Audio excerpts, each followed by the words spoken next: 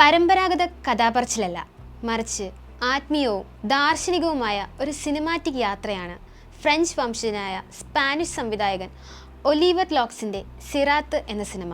യുദ്ധത്തിൻ്റെ ഭീതിയും അതിലൂടെ തൻ്റെ രാഷ്ട്രീയവും ഒരു അതിജീവന കഥയിലൂടെ സംവിധായകൻ പറഞ്ഞു വയ്ക്കുന്നു. ഒരു അച്ഛനും മകനും മൊറോക്കോയിലെ പർവ്വതനിരകളിൽ ഒരു റേവിനിടെ കാണാതായ മകളെ അന്വേഷിക്കുന്നതാണ് സിറാത്ത് എന്ന ചിത്രത്തിൻ്റെ ഇതിവൃത്തം. കഥയേക്കാൾ യാത്രയ്ക്കാണ് ഇവിടെ പ്രാധാന്യം. കഥാപാത്രങ്ങൾ മുന്നോട്ട് സഞ്ചരിക്കുന്നതോടൊപ്പം പുറം ലോകത്തെ യാത്ര അകത്തെ ആത്മസംഘർഷമായി മാറുന്നു.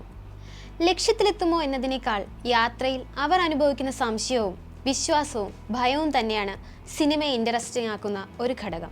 സംവിധായകൻ പ്രേക്ഷകനോട് ഉത്തരങ്ങൾ പറയുന്നതേയില്ല, ചോദ്യങ്ങൾ അവശേഷിപ്പിച്ച് മുന്നോട്ട് പോകുന്നു. ലാക്സിൻ്റെ സംവിധാനം എടുത്തു പറയേണ്ടതാണ്. നീണ്ട ഷോട്ടുകൾ, വളരെ മിനിമലായ സംഭാഷണങ്ങൾ, സ്വാഭാവിക അഭിനയം. പശ്ചാത്തല സംഗീതം നാമമാത്രമാകുമ്പോൾ കാറ്റിൻ്റെ ശബ്ദവും കാലടികളുടെ മുഴക്കവും സിനിമയുടെ വികാരഭാരം ഏറ്റെടുക്കുന്നു.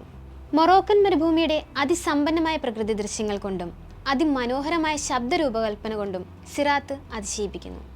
ഇവിടെ പ്രകൃതി ഒരു പശ്ചാത്തലമല്ല, ഒരു സജീവ കഥാപാത്രമാണ്.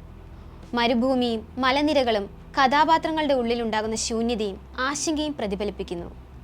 മനുഷ്യൻ എത്ര ചെറുതാണെങ്കിലും ആത്മീയ പരീക്ഷണങ്ങൾ എത്ര കഠിനമാണെന്നും നിരന്തരം ഓർമ്മിപ്പിക്കുന്നു. പ്രേക്ഷകന് ചിന്തയിലേക്കും ആത്മപരിശോധനയിലേക്കും തള്ളിവിട്ടാണ് സിറാത്ത് അവസാനിക്കുന്നത്. കാനിൽ ജൂറി പ്രൈസ് നേടിയ സിറാത്ത് വിവിധ ഫിലിം ഫെസ്റ്റിവലുകളിലായി ഒട്ടേറെ നോമിനേഷനുകൾ നേടിയിട്ടുണ്ട്.